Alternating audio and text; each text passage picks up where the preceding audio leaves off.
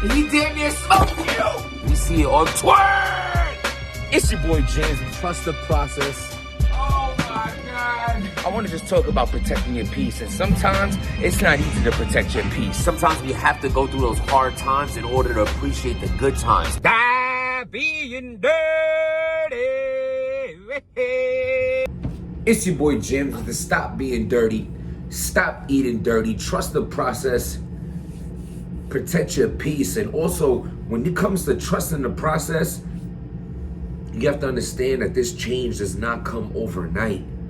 It's a process. You can't just pick up some weights one day and build muscle. You can't get out of a toxic relationship one day and not go through emotions of being hurt from what someone just put you through or what you put them through. Things just don't magically happen that way. But the most important thing we have to remember is that I apply this quote to many things in my life. Without making change, nothing changes. If you continue to hang around the same people that got you in bad situations, you will continue to find yourself in those bad situations by hanging out with those same people until you eliminate those people that put you in them situations or that influence you to start situations. Because sometimes it's not the people you're around, like who actually is doing it, but they can be influencers negatively around you that make you act a certain way. That's like they say, oh, if you hang out with a hoe, you a hoe. No, maybe you not. Maybe like your girl, maybe your homegirl next everybody every time y'all go out to the club. Maybe that's true and you're a shorty that you don't do that. But she will put you in compromising situations that without her there, you would not be in those situations. So I'm not saying you there doing exactly what she's doing, but I am saying being around her will put you in situations that if she wasn't around, you wouldn't act or Hitman Holla, you let Cassidy retire you? Oh my God. What is going on? What is happening? Okay, now don't get me wrong. I remember a few months back, I seen Hitman Holla put a post up talking about like he was only gonna do a one or two more battles and be done with battle rap. So I want to give him credit in the sense of saying that before taking this loss to Cassidy, he was already maybe prepped to leave battle rap.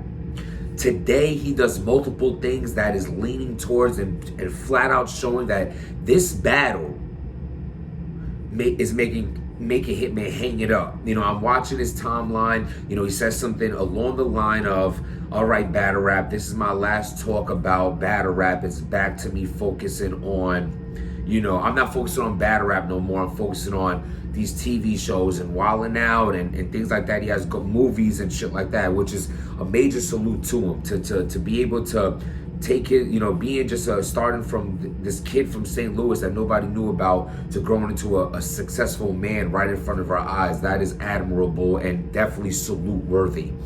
And then I seen you know, he's refusing to do interviews. He's not doing an interview with 15 Minutes of Fame. Hip hop is real. None of the bloggers, nothing. Now, there is an interview out that if you just put in Hitman Holla interview, it'll be the first thing that pops up. He chooses a new blogger that nobody knows from St. Louis. And maybe when he does say his heart was in the right, you know, he didn't say this part, but I'm saying maybe his heart was in the right place trying to build someone's channel up by giving him an exclusive because he knows the person is from St. Louis. It sounds good. But if you won that fucking battle, you would be rubbing, you would be having like bald head, you know, daps with Uncle Ra. You and Knowledge would be somewhere smoking a Reggie pack. Y'all, you would be with these bloggers. You would be on these channels. You would definitely be in showboating the fact that you just won. Yo, I told you so. All the naysayers. What did I tell you I was gonna do? This is for doubting me. Yo, this man is not doing any of that. If anyone out there who believes Hitman won this battle, I am not knocking you for that thought process of thinking that you are entitled to your opinion, but I'm letting you right now, Hitman Holla doesn't think that Hitman Holla won this battle. He don't. He's not carrying himself like somebody that won a battle. He is clearly very much so affected in a negative way, in a bad way when it comes to this battle. Like, he did the interview with this dude from St. Louis. He don't look like he showered. I think he took like half of his fake teeth out. He definitely somewhere put, wherever his bag was, what was in that bag, he took out of the bag and let off the whole clip on that Spalding that Cassidy signed. Like, yo, bro, this is affecting Hitman big time. He's basically subliminally, in his own way, saying he's done with battle rap. You know, I mean, don't get me wrong. Hitman Holla has done enough for battle rap. If he quits, I'm not mad at it. But to go out like this, you know, I'm hoping maybe he hangs out with Surf a lot. Maybe he's just playing the cap game. You know, Surf is going to be back. You know, Surf is coming back this year. You know what I'm saying? It's just he needed to step back because he's being real dirty. So, like, it's smart for him to step back. You know, obviously Surf can battle whoever he wants. Anybody would like to battle Surf. It's going to happen. The John Johns, maybe a Cortez battle. He's going to battle again. Announcing retirement kind of takes the pressure off you in the sense of saying, yo, I'm done with battle rapping to get you a bigger bag, a bigger battle. But Hitman, you're really not in this position. Like, this looks bad. Like, this looks like Cassidy retired you. Like, I think, like I'm telling you, Hitman did not recover from that first round. Like, when he was talking to him like that, like, no, like, don't talk like you tough. Like, I was busting my gun. Check the internet. I fought murders. I went to jail for a murder. You were playing basketball, saying, hey, Cassidy, can you sign this Spalding for me? Like, yo, that scheme hit crazy. I see people saying, oh, say something that Cassidy said in his first round. Bro, his first round was so impactful as a whole. I've been saying Hitman Holla's first round was super consistent. Hitman Holla's first round was a 7.5 the whole way. So was Cassidy's. Wasn't so much better than Hitman's, but it was some of them haymakers were just landing more. They both had a bloody nose, a bloody lip, but Hitman Holla had a shut eye. That eyeball was shut. And that shit ain't open back up. You know what I'm saying? Like, he just, even in this interview with Homie, it looked like this dude asked one question, the Hitman just giving his whole timeline of how he felt about still explaining himself. Like, yo, bro, if you stand on what you stand on, or you know what you're standing on is right, you don't have to repeat yourself. What's known don't have to be said and said and said.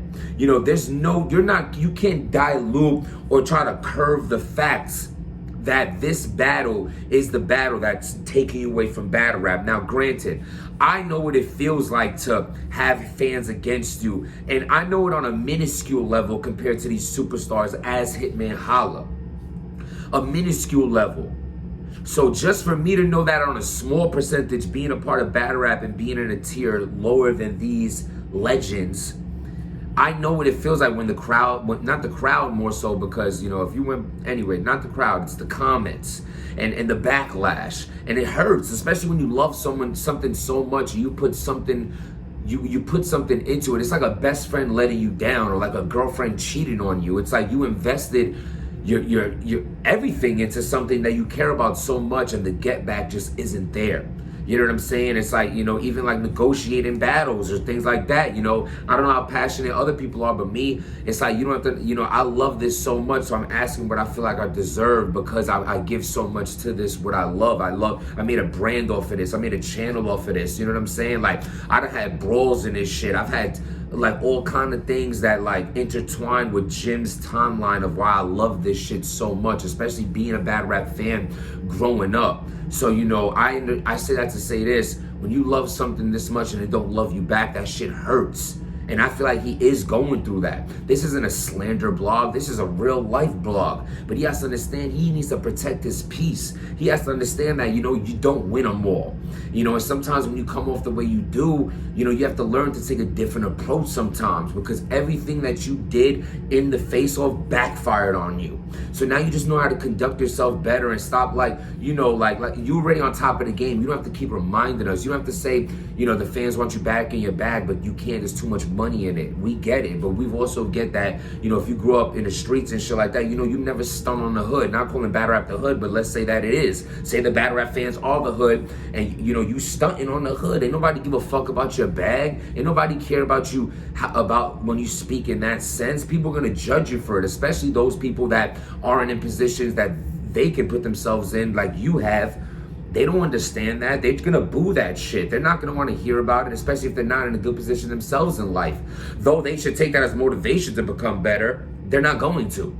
You know, I just think that's just another example of why, like, it just didn't go well for Hitman. Mind you, there's still have people on this blog right now saying they feel like Hitman won the battle, but no, he didn't. And his actions now of leaving battle rap, basically announcing a retirement, shows that he didn't win this battle. That he is showing that it affected him in a bad way. That he's out of here. You know what I'm saying? So it is what it is. Do I agree with it? Hell no.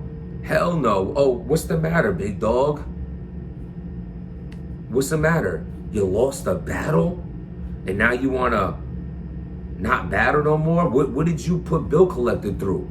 Look what he had to come up. Look what happened with you and Bill Collector. Look what he's overcome and have to hear about to this day, and holds a scar from that to this day, literally and figuratively. Look what he had to do. Is that as bad as losing? Is that not worse than losing a battle? Look what's happened to me. You know what I'm saying? Though I was the one who put out my footage and things like that, and like the brawl was on stage was just a brawl, and it doesn't matter. People run away from him. Look at Briz. He's out of here. Just give it, like, and like, that's a weird example because throwing him in there because he's actually doing what Hitman does, but that can even go to Briz. Like, look what Doses, Sirius Jones, Math Hoffas, Jims, Bill Collectors, and a bunch of unknown battlers and other people who's got into scuffles and things like that that's got put out to the battle rap world.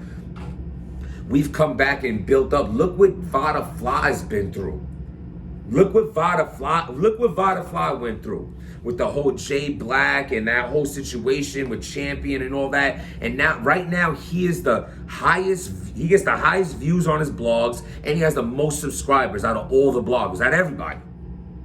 That's look at that. That is battling from adversity, bro, and coming back and taking it on the chin and just like making the best, not the best of it, but fighting from the ground up again.